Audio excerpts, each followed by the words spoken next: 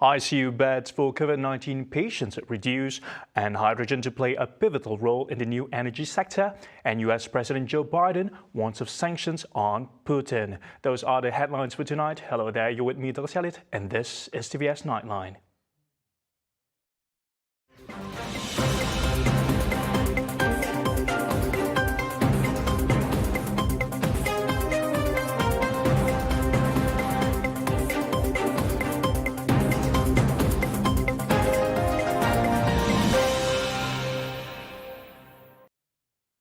Sarawak faces a growing healthcare market and changing healthcare needs.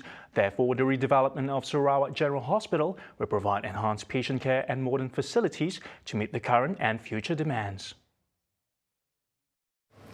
This morning,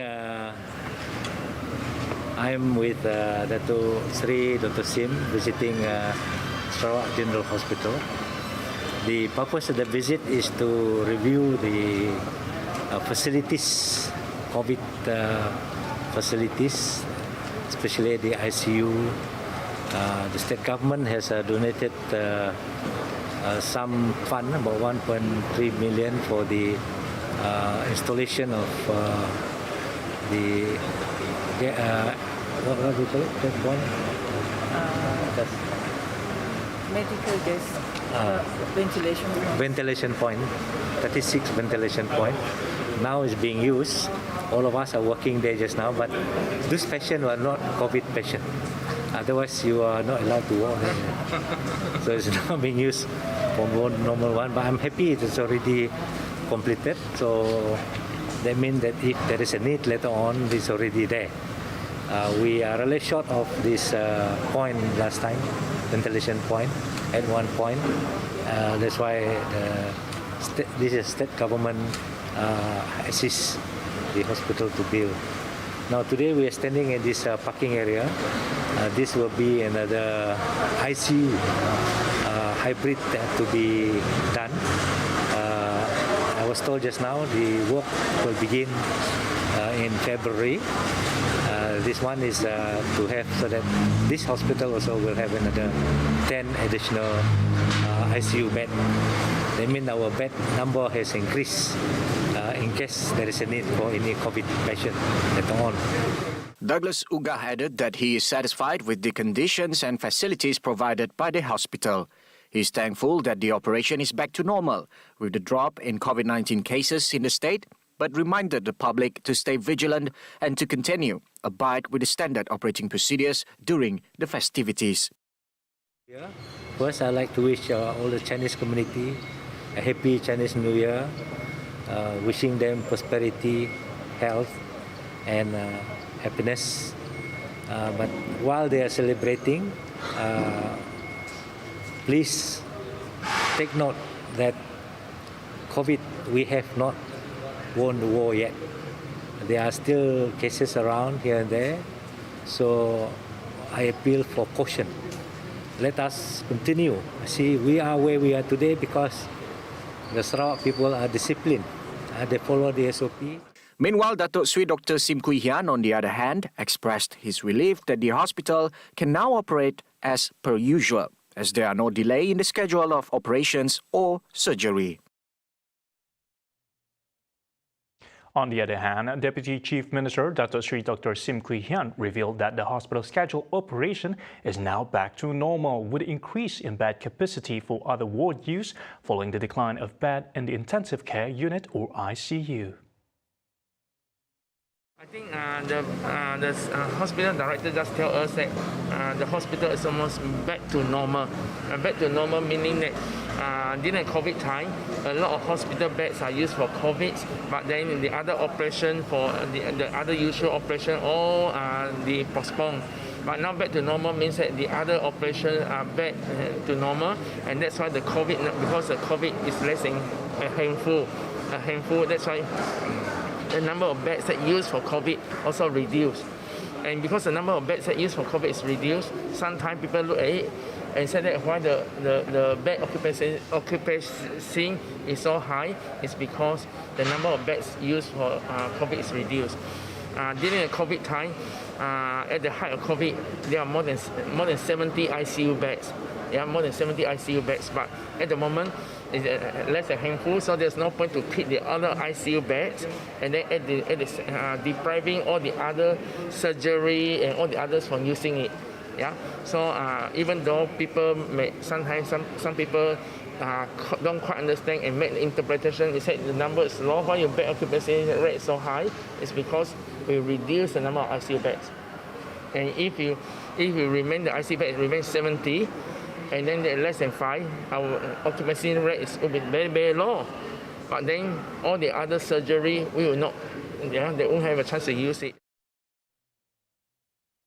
Sarawakians are reminded to stay vigilant and be aware of the possible spread of the Omicron variant, although the number of COVID-19 infections in the state has significantly dropped. Deputy Chief Minister Dr. Amar Douglas Uga Umbas said the roles of the public is crucial to curb the transmission of the virus. We have reported I don't have the figure here, tapi our UNIMAS from the university, they have found that there are already Omicron in Sarawak. That's why we have to be more careful. If we look at what happened in other countries, especially in Europe and US, quite scary. But we hope with our high booster rate and so on, then we manage to maintain where we are. Uga, who is also the chairman of Sarawak Disaster Management Committee, SDMC, pleads on the public to get booster shot to further quicken the goal of achieving herd immunity. Regarding the daily infection of COVID-19 in Sarawak, the state today recorded a total of 13 COVID-19 cases, where all 13 cases were categorized as Category 1 and 2. SDMC had also reported that one death due to the virus was recorded in Sarawak today. The victim is a 64-year-old man with comorbidities from Sriaman. The overwhelming support rendered by the Chinese community in the previous state election is highly appreciated. Based on statistics, the election has witnessed over 90% of votes from the Chinese community, including the young voters. Deputy Chief Minister Dato' Amar Awang Tengah Ali Hassan said such momentum shown in the 12th state election should be brought forward in the 15th general election, assuring the voice of the community could be heard and represented for further development to take place. Di mana majoriti daripada masyarakat kaum Cina ini membuang undi, ya. Dan saya dapati hampir semua saluran, termasuk saluran di mana pengundi-pengundi orang muda itu membuang undi. Kita mempunyai undi yang begitu banyak.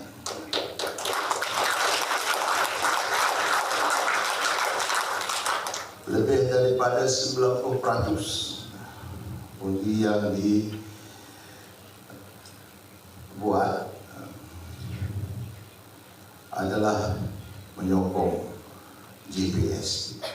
Awang Tengah, who is also Bukit Sari Assemblyman, expressed his confidence that with the mandate and support of the Chinese community to develop Sarawak economy is achievable. At the same time, he said the support from the said community will make Lawas a GPS fortress. Tak tahu bila kita akan terus memberi sokongan yang penuh supaya Lawas ini akan terus menjadi kawasan kuat kita, supaya suara kita akan lebih kuat, suara kita masin, orang akan dengar. Jadi ini penting. Dan kita bersyukur bahawa kita mempunyai MP yang begitu rajin bekerja, Dato' Henry Sumago. Dan saya berharap momentum yang ada akan diteruskan. Ini untuk kepentingan kita semua. The Smarthan Rehabilitation Centre has been rebranded as the Centre of Excellence for People with Disabilities, or PWD. The centre will provide trainings to increase the market for the disabled by cultivating their potential and interest. Rebranding rebranding Pusat Pemulihan kepada nama barunya Pusat Kecemarangan OKU yang bukan saja merangkumi latihan vokasional yang berbagai-bagai bidang tetapi juga dalam bidang sokan. Fatima further said the empowerment also involved in ensuring that the disabled community are able to generate their own income. Only licensed pig farms approved by the Department of Veterinary Services or TVS are authorized to transport live pigs from southern region of Sarawak to Miri. Miri Division Disaster Management Committee Minister in charge, Datuk Sri Lee Kim Shin, said the directive is to take effect immediately was necessary to prevent the spread of the African swine fever or ASF to the division. The decision was due to concerns from pig farmers and sellers in Miri regarding the ASF outbreak in the southern divisions and advised licensed pig farms to comply with the new requirements. Nonetheless, he assures that the supply of pigs in Miri is sufficient for the upcoming Chinese New Year celebration, even though 62% of the pig supply in Miri is sourced from Kuching, Semarahan and Serian. Lee, who is also the State Minister of Transport, said, with the new requirement, every pig bound to Miri will be inspected and issued with a veterinary health certificate at a cost of RM2 per pig and RM5 for the transportation permit. Upon arrival in Miri, veterinary officers would once again carry out health inspection procedures on the pigs before sent to the council's abattoir. On Wednesday, Lee chaired a meeting with pig farmers and sellers representatives in Miri. Like a small tsunami, so described a resident of Sebastian Tambi Longhouse at Katibas Sang, following continuous heavy downpour coupled with the overflow of a nearby river, which had caused land movement, leading to landslide at the village. The incident has affected the Longhouse properties, including 3 storage facilities, namely to store agriculture products and fishing equipment. Song District Police Chief Deputy Superintendent Rauni Michael Jalak said the incident was reported by a resident of the Longhouse who came to the police station, and a team led by Rauni went to the scene at 8:15 p.m. Bagaimanapun, tiada kemalangan jiwa dilaporkan dalam kejadian ini, memandangkan kedudukan stor tersebut terasing dari rumah panjang. Sehingga kini, pihak polis dari IPD Song dan pasukan dari Balai Bomba dan Penyelamat Song masih berusaha untuk pergi ke lokasi, namun terpaksa dibatalkan sejak 2 hari ini. Menurut pengadu, kejadian percayai disebabkan hujan lebat yang berterusan sejak Isnin lalu 23 hari bulan 1 2022 sehingga laporan dibuat. Pengadu juga melaporkan bahawa 3 buah bangunan stor telah runtuh dan dihanyutkan oleh air sungai yang deras. According to Rauni, in a blink of an eye, the landslide also caused various properties to be swept away in the landslide. Buat masa ini, anggaran kerugian tidak dapat ditafsirkan memandangkan pihak kami masih belum dapat pergi ke lokasi kejadian. Walau bagaimanapun, pasukan polis IPD Song dan Bomba dari Balai Song akan terus melakukan pemantauan dari semasa ke semasa dan berusaha pergi ke lokasi sekiranya keadaan cuaca dan air sungai mengizinkan. Daripada pemantauan sepanjang 2 pemantauan yang dibuat, sehingga petang Selasa keadaan air sungai Katibas dan sungai Bangkit masih deras dan masih membahayakan para petugas dan penduduk sekitar.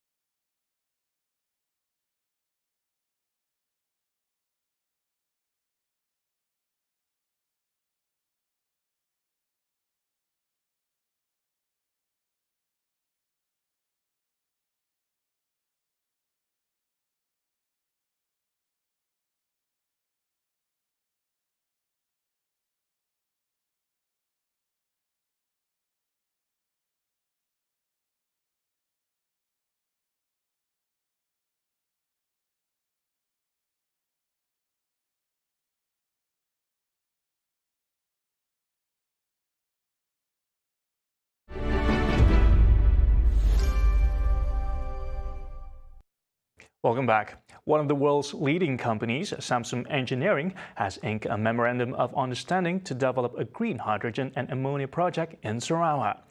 Known as the Hibiscus Project, it will be based in Bintulu and co-developed with Sarawak's SEDC Energy, Lotte Chemical and POSCO. Under the MOU, the four parties will be taking active roles in developing the entire cycle of the project, including direct investment, construction, transportation, and utilization. Meanwhile, SEDC Energy said the project would play a pivotal role in the new energy sector, and its scope and magnitude would place Sarawak as a player in the global market. We would like to see Sarawak in the forefront in being able to produce high-quality hydrogen that can be used not only in Sarawak or Malaysia, but also in other parts of the world. And of course, at this time, we are now looking at cooperation with these three companies in order to produce this hydrogen here and export them to Korea.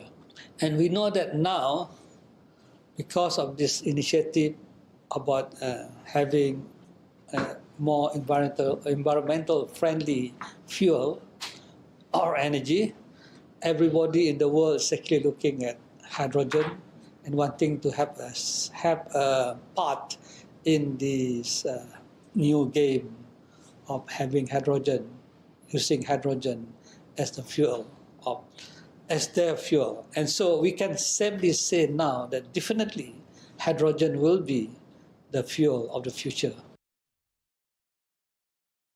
The virtual signing ceremony was attended by Samsung Engineering Head of Solution Business Division, Park Jeon-hong, SEDC Chairman Tan Sri Abdul Aziz Hussein, Lotte Chemical Head of Environmental, Social and Governance Management, Kim Yeon-seop, and POSCO Hydrogen Business Manager, Ju Ju-ik. Based on the results of a pre-feasibility study conducted in 2021, the project is expected to produce 7,000 tons of green hydrogen per year for Sarawak's local use, 600,000 tons of blue ammonia annually, 630,000 tons of green ammonia annually, and 460,000 tons of green methanol per year. Although the price of goods is said to have increased, the price of Chinese New Year decoration products remain under control despite the spike in the demand, as the nation usher in the auspicious year of the tiger. Katai trading company entrepreneur Jong Yin Pin said most of the products they sell are imported from China. However, its products arrived late this year due to international logistics issue. As well as the problem of the increasing of the price for the transportation, hopefully we can control. It's still under control because we have talked to our logistic to make the price more reasonable for us. So hopefully we won't increase this increase of the price to our products. But of course, some of the product will be increased a bit, but not that much. It will be like something like maybe within 20%. Jong said the sales are improving, and to ease the customers' financial restraint, the price of lanterns, Chinese calligraphy, and artificial flowers still remains. However, the price of tiger-themed products is expected to see a slight increase in price. Besides lantern, among the top-selling products this year are the decoration ornaments that symbolize prosperity. 我是看到它这个除了富之外，我们华人都希望希望就幸福啊。那么还有一点就是说，我看到上面有写福到我家了，就是说福气到我家来啊。今年我希望大家都是平安，尤其是这一段时间都在这个病毒的这个疫情就希望大家就是说大家里平安之外。大家健康。会要买的是那一个门帘，还有灯笼每一年都会买新的灯笼，挂新的灯笼，跟换个门帘，就觉得是说过年气氛这个是传下来的传统。The 2022 Chinese New Year celebration is just around the corner. Let's hope this year's celebration will be better and blessed. The cabinet today decided to allow Muslims to resume Umrah pilgrimages from February 8 onwards. According to Tourism, Arts and Culture Minister Dato Sri Nancy Shukri, the decision was made as the government did not intend to extend the postponement period of Umrah trips, which came into effect on January 8th. However, she noted that the standard operating procedures for the Umrah trips remain the same. Baru tadi kami sudah membuat keputusan bahawa seperti mana yang telah dinyatakan dahulu ialah penggantungan untuk umrah ini hanya 1 bulan. Ya. Kita tidak mahu lagi memperpanjangkan lagi penggantungan ini. Jadi apabila 8 hari bulan Februari nanti bolehlah travel agent umrah ini meneruskan aktiviti-aktiviti umrah ini. SOP yang baru untuk mereka, sebab itu akan dibincang bersama dengan pihak-pihak travel agent umrah, kerana kita mahu pastikan mereka bila balik nanti mereka sebelum itu mungkin dapat memilih di mana mereka nak dikuarantinkan. She told this to reporters when asked to comment on the matter after officiating the Dream Malaysia video's launching ceremony on Wednesday. Earlier on January 8th, Health Minister Khairy Jamaluddin announced that Umrah travel activities to be suspended due to the rampant spread of the OMICRON variant. Commenting on the first Umrah flight beginning February 8, Nancy said it has yet to be decided. Tapi mungkin pihak travel agent umrah ini sudah, sebab mereka sekurang-kurangnya mereka sudah mengetahui, kami sudah berjumpa sebelum ini, mengadakan perjumpaan dalam tak sampai 2 minggu yang lepas, sudah berbincang dan saya rasa mereka sudah membuat persediaan untuk aktiviti ataupun promosi mereka selanjutnya.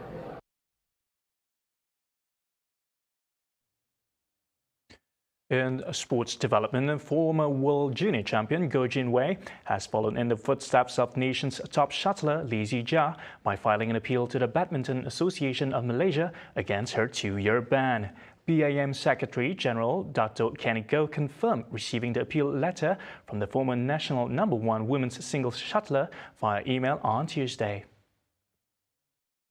Jin-wei, who announced her retirement and quit BAM in September last year before turning professional, was suspended from playing in international competitions for 2 years, effective October 31st, 2021. On Monday, Zijia had submitted an appeal letter against his 2-year suspension by BAM for quitting the national body. Earlier that day, a meeting on the appeal was held between BAM and Lee Zijia, which resulted in an amicable outcome, and Zijia was given the blessing to become a professional player. Last Friday, BAM Deputy President Dato Sri Jahabuddin Muhammad Yunus had announced that BAM would not register Zijia for any international competitions for a 2-year period effective January 18. This followed the world's #7's decision to resign from BAM on January 11 to turn professional, saying he could not take the pressure and regimented lifestyle in BAM.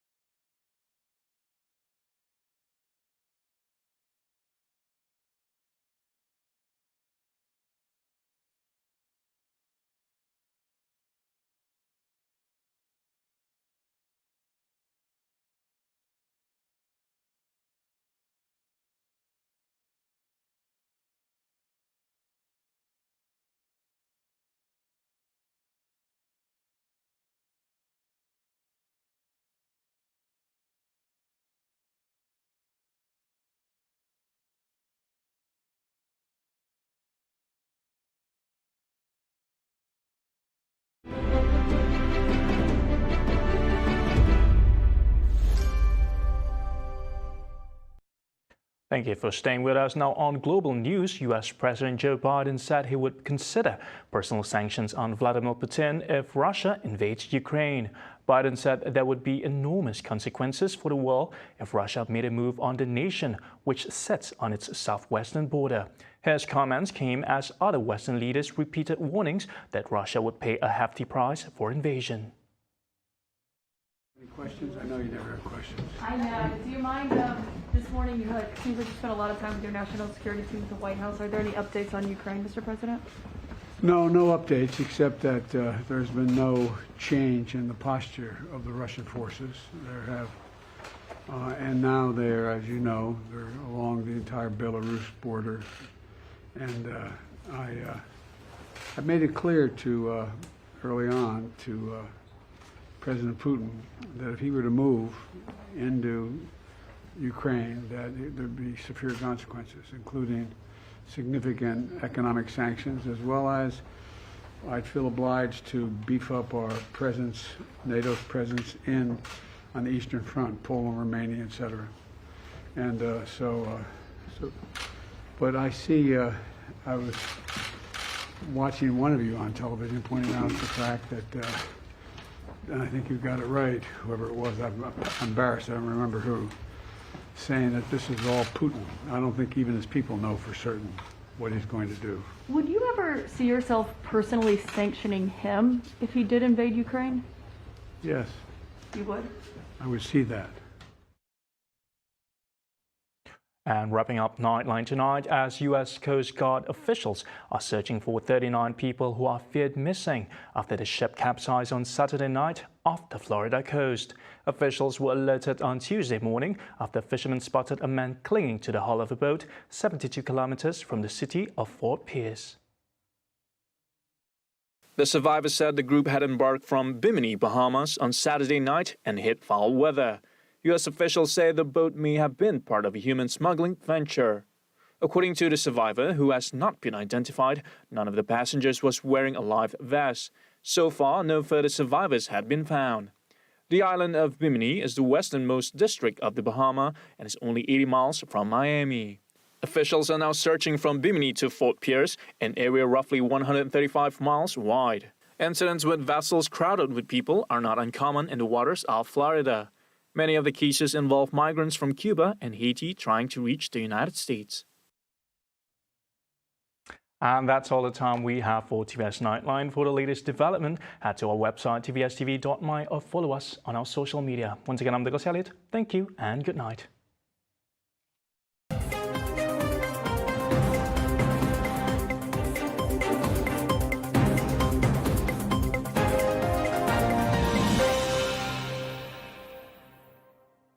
This is our world today. Complicated ideas, news saturation, information overload. We'll delve into the issues, break down the